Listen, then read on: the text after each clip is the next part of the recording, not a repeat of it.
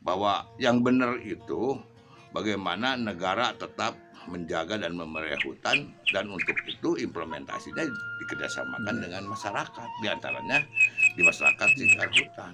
Jadi kalau ini LMDH dibubarkan, menurut saya sebuah kemunduran Harus berpikir. nol lagi ya? Ya, kemunduran berpikir. Ya kan di dalamnya ya itu esensinya kan perhutan.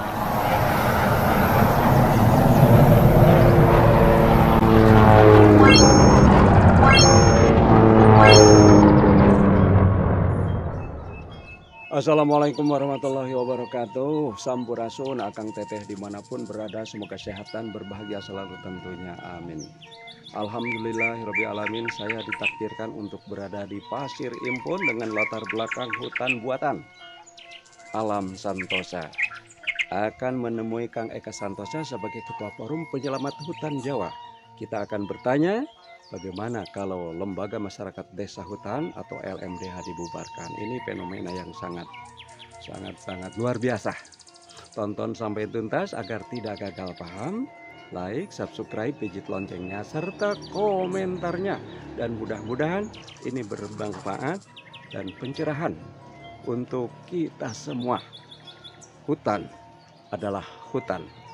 Hutan tempat penghasil oksigen, tempat penghasil air, dan hutan segalanya bagi manusia.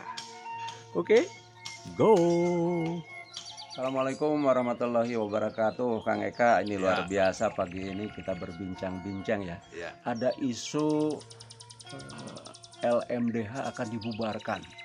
Lagi-lagi terus ada perhutanan sosial dan lain sebagainya. Ini mungkin masyarakat belum tahu sebenarnya gimana ini. Ya, waalaikumsalam Kang Redang, sampurasun. Ya, selamat pagi, salam sejahtera buat kita semua.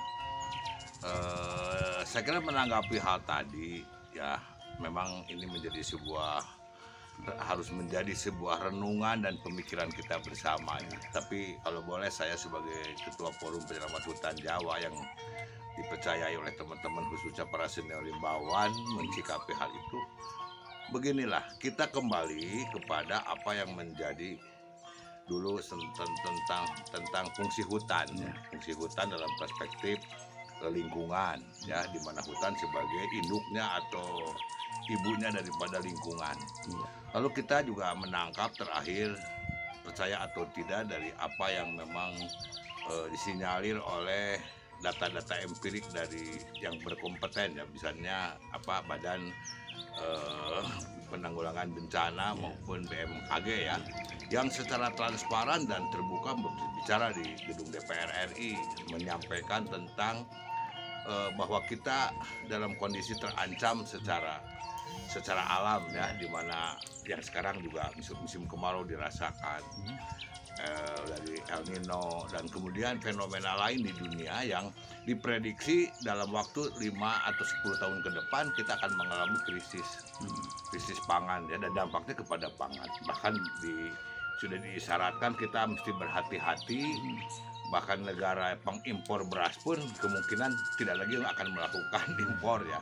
Nah, dampak dari itu kan kepada masalah pangan dan ujungnya adalah masalah kemanusiaan, penyelamatan masa depan bangsa. Jadi kalau berbicara hutan, pada dasarnya kita berbicara kemanusiaan, berbicara tentang penyelamatan umat manusia, dan berbicara rasa terima kasih kita kepada Maha Pencipta. Nah, bagian daripada itu ada sebuah upaya yang dilakukan oleh negara, ya, bagaimana fungsi hutan ini tetap berfungsi sebagai lindung, berfungsi sebagai sumber air, pengendali air, tapi juga harus memiliki fungsi sosial, ya. Jadi kita tidak a priori terhadap apa yang menjadi sebuah nilai tentang bagaimana hutan memiliki fungsi sosial, di mana setidak-tidaknya masyarakat di sekitar hutan mendapat manfaat dari keberadaan hutan, dan ada akses masyarakat yang bisa masuk ke hutan itu sendiri. Tetapi tentu sebagaimana olot-olot atau masyarakat adat memberikan kriteria tentang hutan, ada hutan tutupan, ada hutan larangan, ada hutan garapan, ada hutan cadangan. Nah, mungkin yang dimaksud tadi adalah bagaimana hutan garapan ini memiliki akses. Nah, oleh karena itu bermuara kepada sebuah kesepakatan di tahun berapa 70 80 ya.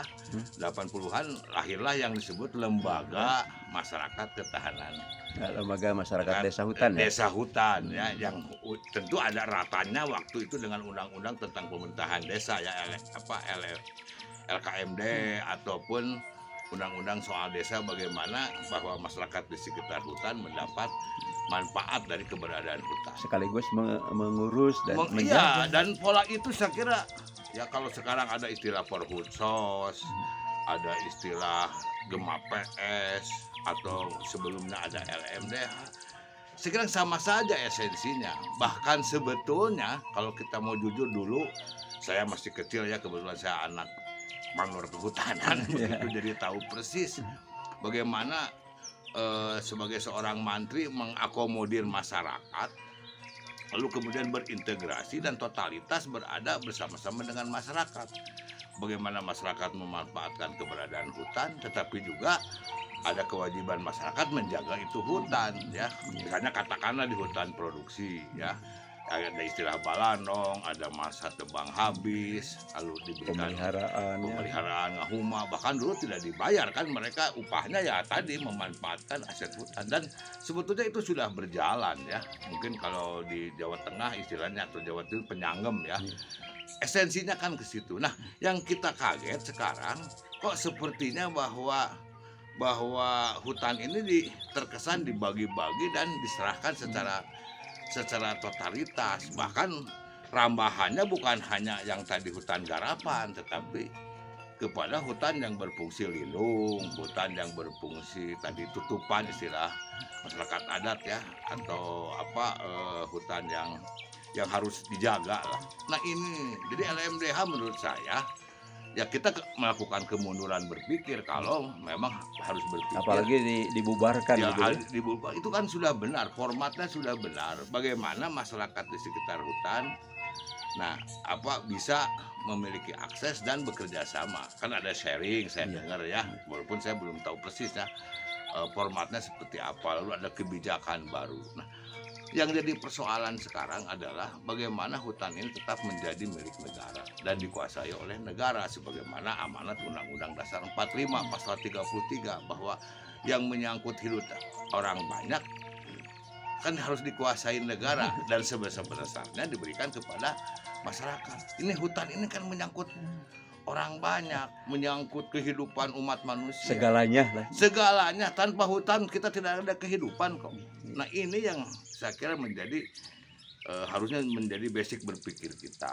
Jadi tolonglah kepada mereka yang berpikir. Itu merupakan harapan ya? Ya iyalah. Jadi LMDH ini saya kira kalau ada oknumnya yang kurang sinergi, kurang clear, saya kira tinggal diperbaiki. Tapi kelembagaannya ini kan benteng akhir. Coba mau siapa lagi yang menjaga?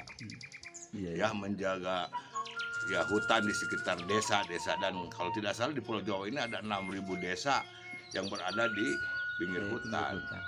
Lalu kemudian juga di Jawa Barat, Banten tidak ada kan kurang dari 1.600 atau berapa desa yang juga berada di kawasan atau berdekatan dengan hutan, dan ini sudah eksis gitu. Dan ini sudah menjadi pangkuan desa barangkali ya. Ya ini yang tidak adil kadang-kadang kita bagaimana menunjukkan profil LMDH ya selama ini, padahal adanya ketahanan pangan, adanya jagung, adanya kedelai, ada rempah-rempah dan sebagainya, termasuk kopi. Kan aneh-aneh saja Kang Dadang ya. Terakhir ada gerakan Gema PS, umurnya baru berapa bulan sudah ngaku bahwa ini binaan Perhutsos gitu. Padahal baru beberapa bulan, padahal kopi kan sudah ditanam berapa tahun sebelumnya oleh LMDH. Loh, ini apa sih maksudnya begini-begini? Jangan begitulah, kita mesti fair ya.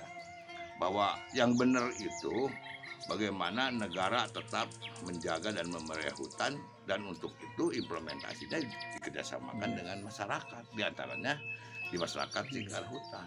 Jadi kalau ini LMDH dibubarkan, menurut saya sebuah kemunduran berpikir. Nol lagi ya? Ya, kemunduran berpikir.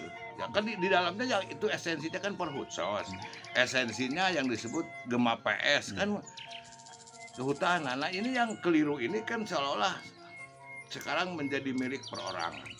Itu hati-hati, itu melanggar Undang-Undang Dasar 45.